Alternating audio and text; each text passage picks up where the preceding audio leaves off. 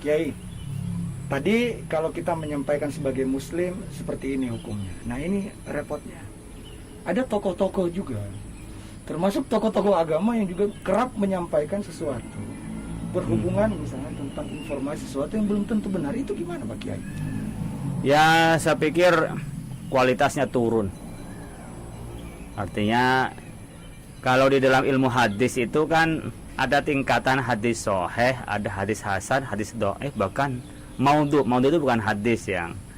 Jadi kalau hadis sahih itu periwayatnya itu pasti bagus. Orangnya tidak cacat. Baik dari perilakunya, lalu juga hafalannya, daya tangkapnya, sehingga memastikan yang diterima oleh dia lalu diriwayatkan, disampaikan itu adalah valid 100% itu sahih. Oke. Yang kedua, ada orang yang menceritakan, itu kan kadang-kadang masih sumer, ada orang yang itu kurang beradab, orang itu kurang kuat ingatannya, dia ada kemungkinan salah paham. Itu menjadi hadis hasan, di bawahnya tingkat sahih. Ada orang dari kualitas pendengarnya yang hanya dengar sumbar-sumbar saja gitu ya, kecil-kecil saja, terus ada orang yang di dalamnya ada yang periwayat yang kurang bisa dipercaya. Bahkan dalam ilmu hadis itu pernah bikin tindakan yang kurang berakhlak. Anggaplah seorang ulama kok cuma pakai celana pendek keluar gitu, pakai kaos oblong, itu udah bagian dari tidak berakhlak yang menurunkan derajat periwayatan. Nah, itu tingkat kualitas periwayatan. Ada kuantitas periwayatan. Kuantitas itu adalah berapa banyak orang yang menceritakan. Kalau menceritakan banyak yang sama, tak mungkin bersepakat bohong, itu namanya mutawatir. Kalau yang meriwayatkan hanya beberapa orang saja, tapi kemungkinan juga terjadi kesalahan informasi, itu namanya masyhur. Tapi kalau hanya seorang yang meriwayatkan, itu namanya hadis tunggal wa ahad. Nah, kita itu biasanya memutuskan hukum kualitas sandaran hadis ini seperti apa. Ketika sahih, mutawatir, pemahamannya sama, yaudah itu adalah kebenaran yang namanya otoritas yang pasti gitu loh. Tapi kalau ini masih sumbang sumir, itu ya disebut dengan masih dhonni.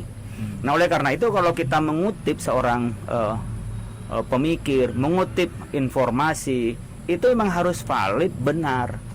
Kalau saya ya mungkin menyebarkan tentang Islam, saya mengutip dari informasi yang belum jelas, apakah hadisnya atau realitanya. Besok orang nggak bakalan percaya sama saya. Saya nggak percaya kok Pak Holil, nggak bisa dipercaya. Kadang-kadang yang nggak benar juga dikutip. Kalau saya membawa nama MUI, oh Pak Holil ketua MUI loh, bidang dakwah dan ukhuwah. Sementara saya itu menyikapi tentang umumnya terjadi kerusuhan, terjadi silang pendapat di daerah.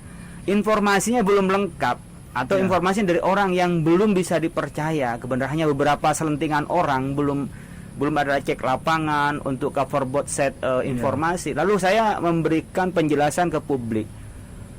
Setelah dicek, ternyata informasi saya itu sumer, nggak valid. Orang akan menilai, apa tuh Pak Holil sembrono kok cara ambil informasi. Dan itu kredibilitas orangnya. Nah, oleh karena itu kita perlu menjaga, kalau sebagai tokoh ya, orang yang dipercaya oleh publik atau public figure, apalagi ulama, apalagi ustadz, tolong dipastikan dulu informasi itu, jangan langsung merespon, apalagi langsung mengedarkan. Nah, karena itu bahaya. Ya, karena nanti itu kalau orang bohong satu kali saja itu dosanya satu kali. Kalau ini bohongnya diviralkan, berarti dosanya dosa digital dikali-kali kan ke orang lain. Karena banyak orang yang mau lihat itu. Nah, karena begini, jadi sekarang Pak Kiai kan begitu vaksin ada, macam-macam katanya bisa ditanami chip lah, katanya itulah inilah, sampai kandungannya kan. Ketika tokoh-tokoh yang menyampaikan itu, kan tokoh ini biasanya ada orang-orang yang memberikan label bahwa orang-orang percaya. Apalagi kalau misalnya dia merepresentasi rakyat misalnya di DPR atau di mana, kan ini juga menjadi khawatirnya menjadi rujukan. Umat menjadi tidak tenang, yang bagaimana? Kalau saya sih sederhana Pak Kiai, saya kalau sakit ke dokter. Ya. Jadi ketika dokter bilang ada vaksin, ya saya harus mengikuti itu karena saya sakitnya pasti ke dokter. Ya. Menurut Pak Kiai gimana? Ya, makanya kita pastikan informasi itu sharing sebelum sharing itu ya. Pastikan kita melakukan cross check, kita melakukan internalisasi dari berita itu untuk kita melakukan penyebaran. Tadi pemasangan chip, saya memang pernah melihat videonya. Ya. Bahwa satu saat kita akan memasang chip, di sini akan menjadi tanda-tanda kemana secara digital begitu, kadang-kadang mengerikan gitu. Ya. Nah, tapi kan berita ini bisa saja adalah sebuah ilusi, Ya. bisa juga sebuah karya digital kayak semacam kartun, Ya. bisa juga karya ini adalah karya di masa yang akan datang seperti ini kira-kira. Tetapi kan belum, apakah ini sudah ada pada vaksin apa tidak. Nah, kalau itu belum ada, ya tidak boleh kita mengatakan di vaksin ini tujuannya adalah digitalisasi dari organ tubuh manusia yang ada di Indonesia. Sementara belum ada bukti. Ya, betul. Al khata' fil afi khairun min ayyakht'a fil khairun min ayyakht'a fi iqabi. Jadi kita ini salah ya, menduga sesuatu lalu kita memberikan maaf, itu lebih baik daripada kita salah dalam memberikan sanksi. Artinya begini, kalau Mas Reza itu ya ke saya dibilang, Mas Reza itu Pak Holil memfitnah Pak Holil kemana-mana, terus saya bilang udah lah nggak ada apa-apa Mas Reza, itu lebih baik, padahal Mas Reza kemana-mana memfitnah saya umpamanya, Nah itu lebih baik daripada saya umpamanya orang menduga Mas Reza memfitnah kemana-mana, lalu saya memberikan tindakan ke Mas Reza, padahal belum pasti Mas Reza itu melakukan fitnah kepada saya. Jadi al khata' fil afwi khairun min ayyakht'a fil iqabi. Salah dalam memberikan maaf, harusnya kita memberikan sanksi.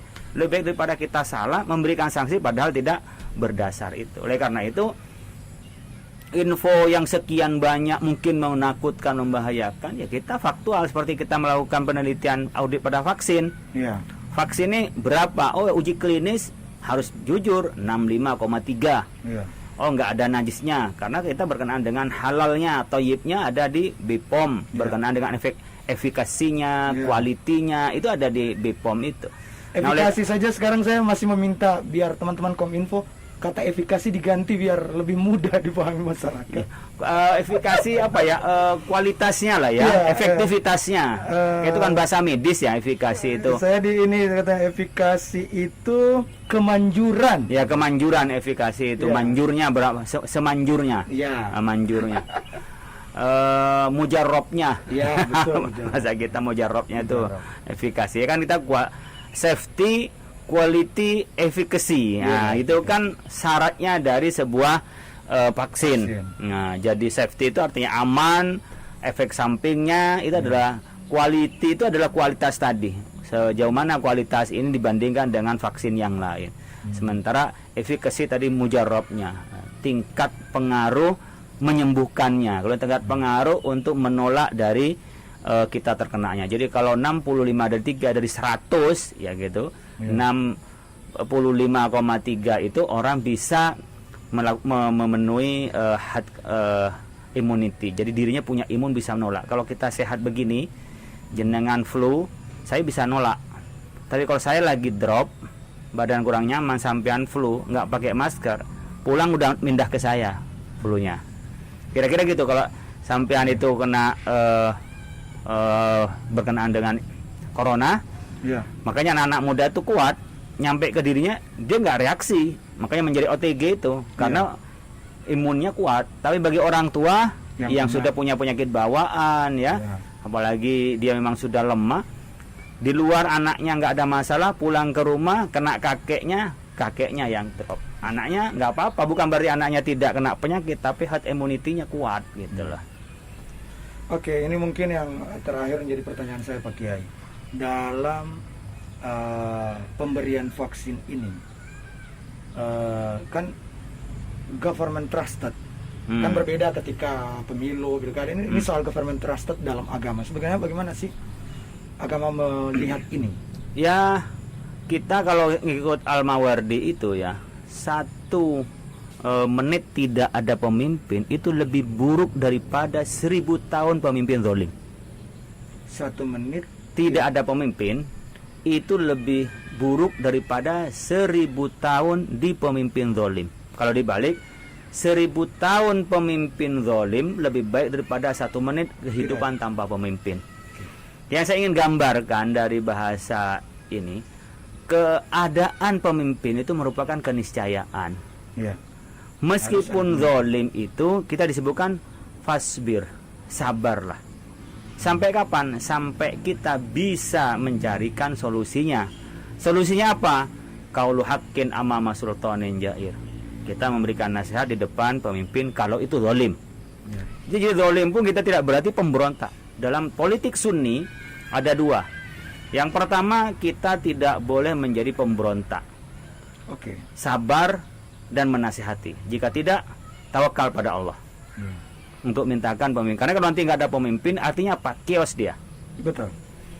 Namanya pemimpin kita lawan, pemimpin kita hajar, sampai nggak ada pemimpin, kios. Nah, kios ini dalam keadaan kios seperti dalam kondisi tidak ada pemimpin karena tidak ada yang ditaati, itu lebih bahaya dari pemimpin zalim. Artinya apa? Akan ada bentrokan, tidak ada pengadilan, perampokan, itu nggak ada yang mengadili semua Ya. kalau nggak ada pemimpin.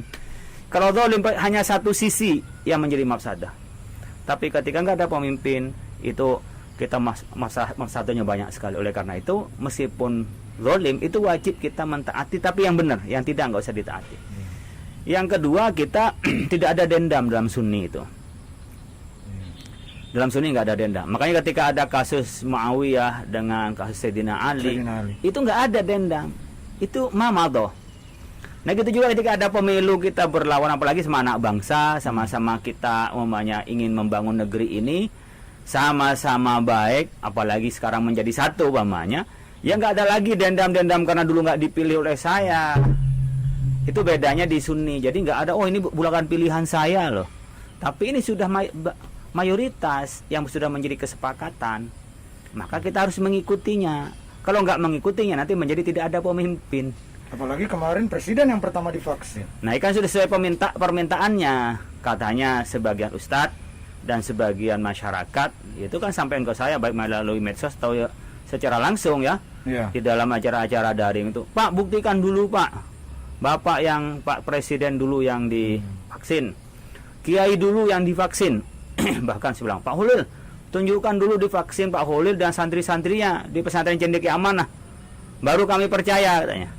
Nah kemarin saya dibuktikan oleh presiden divaksin, ketua MUI, sekjen MUI divaksin, Yang gemetaran malah dokter yang gemetar malah dokter. Ya, agak tahu dia gemetarnya karena kepada presiden, gemetarnya atau karena disaksikan banyak orang. Jadi dia demam panggung. Saya nggak tahu gemetarnya apa. Cuma saya sempat deg-degan juga. Kalau gemetar gini keliru tusuk ke lehernya. Saya mikir juga kemarin. Waduh nih kalau nanti namanya orang gemetar kan bisa aja begini. Iya. Gitulah. Nah, tadi Presiden sudah memberi contoh, dari MUI sudah, dari Ormas sudah, Ya. dari tokoh-tokoh kita sudah. Kemudian masih juga ada upaya untuk menyampaikan. Saya terus terang, Pak, di beranda media sosial saya masih banyak juga yang penyampaian tidak vaksin lah segala macam. Saya juga kaget ada tokoh ya yang juga menyampaikan secara terbuka dan viral di mana-mana, di semua beranda media sosial ada. Saya tidak tahu apakah ini memanfaatkan momen atau apa, saya juga tidak mengerti. Makanya apakah kemudian sebagai umat beragama, khususnya sebagai umat muslim, bagaimana kita menyikapi melihat keadaan yang seperti ini? Ya, kita ini kan harus mengikuti yang baik dan benar. Setiap saat ada saja orang jahil. Iya. Nah, jahil itu kan bahasa lain dari jahil. Oke. Jahil bodoh. Oke. Nah, jahil itu biasanya sudah nggak ngerti, dia bikin ulah, itu biasanya jahil kan gitu kan. Al-Quran menyebutnya wa'rid anil jahilin, tinggalkan orang-orang yang jahil. Nah, nggak usah direspon biar kita nggak habis energi. Maka yang kita bisa lakukan, saya sampaikan juga ke teman-teman di Kemenkes, sosialisasi Betul. Literasinya sampaikan ke publik. Betul. Jadi kita siap dialog, bicara halal haram kasihkan ke MUI, bicara soal safety, quality dan efficacy itu adalah urusannya Kemenkes ya, teman-teman yang di medis itu menyampaikan ke publik. Oh, ini kita minta Pak yang 99%, saya minta 100%.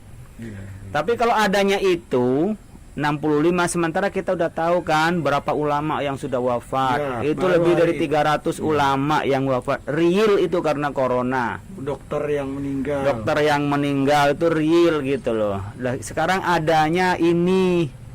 Ya kalau sudah sentimen ini karena dari Cina, saya awalnya juga nggak mau dari Cina, maunya dari mana? NKRI sama. Iya, betul. Tapi kalau nggak jadi gimana, Mas Reza? Kita nunggu kapan ini kalau begini? Iya, sampai orang habis semua baru NKRI buat. Iya.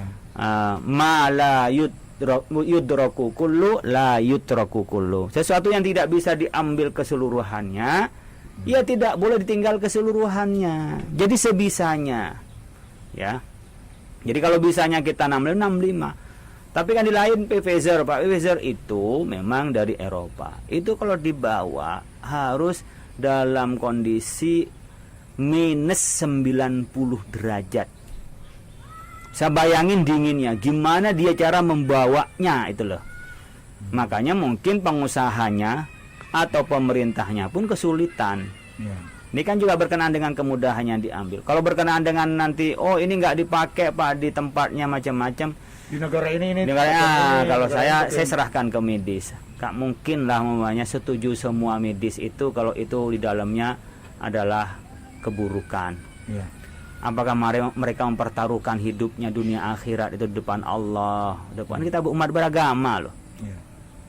Kita harus mencurangi, membunuh orang yang divaksin tuh nggak mungkin mereka itu mamanya kalau memang secara medis tidak baik. Makanya uji klinis seperti hanya di BPOM itu kan independen 3 kali loh.